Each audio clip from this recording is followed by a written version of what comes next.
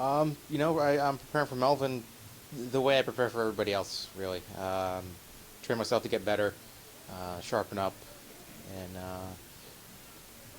try to make sure that I'm implementing my game plan. Come fight time, as opposed to fighting my opponent's game plan and fighting their style of fight. That's why I don't like to get caught up, really, in um, too much in what my opponents do. I look for a couple openings here and there, a couple things, and I'll play with those, address those, but mostly it's just get myself ready because when when I fight my style, nobody's going to beat me, fighting my fight. It was a rougher night for me than normal. Even I knew I knew something was off when I stepped into the octagon, and even before that, warming up. I wasn't myself, but you gotta adapt to it. You gotta deal with it, and work around it. And I didn't do that. I fought the same way that I always fight when I wasn't capable of doing that. Didn't really matter who I was fighting that night. I wasn't going to be capable of attacking and attacking and attacking the whole fight, against any guy. So he fought a great fight and made me pay for my mistakes. Um, you know, but yeah, it's you just learn from it and take it out on the next guy.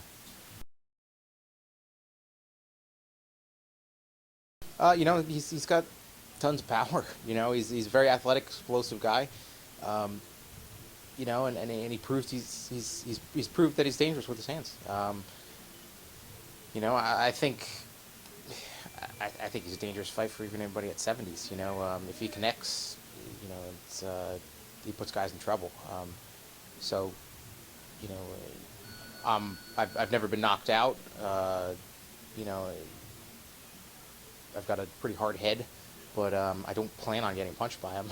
So yeah, he's a very tough fight, and I have a ton of respect for him, and I'm a fan of his fights. We're two very dangerous guys. I think that we're the two guys that if somebody, if Joe Silva calls somebody up and says, you're fighting Melvin Guillard or Jim Miller, those are the last two names that somebody wants to hear. The other guys want to hear. So it's going to be a tough fight. It's got the makings of either a really tough, go in the distance type fight, or it could end in a heartbeat. He's got power, and even though I've never been knocked out, it can happen, and I'm perfectly okay with admitting that.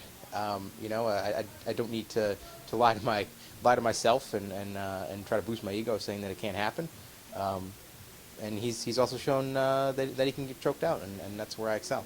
So I'm looking to implement my game plan and make him make the mistakes, and have him fall victim to my strengths. Being that we're both coming off of losses, but we're also still in the upper parts of the division, and well respected. Sometimes sometimes I don't feel like I'm respected, but you know I think it would open up those big fights again. Another tough opponent. Um, I wouldn't say it would be back up at number one contender or anything like that, but definitely still in the mix. Even the loser is still a very dangerous guy, and capable of beating a lot of guys in the weight class.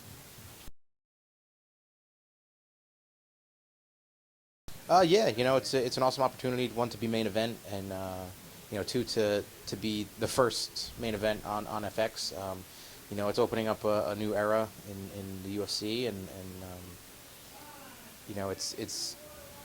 it's going to be good for everybody. The expansion and the availability of fights now with Fox and FX and Fuel, and it's going to bring more exposure for the fighters, and hopefully, hopefully break down some of the barriers that we seem to have up.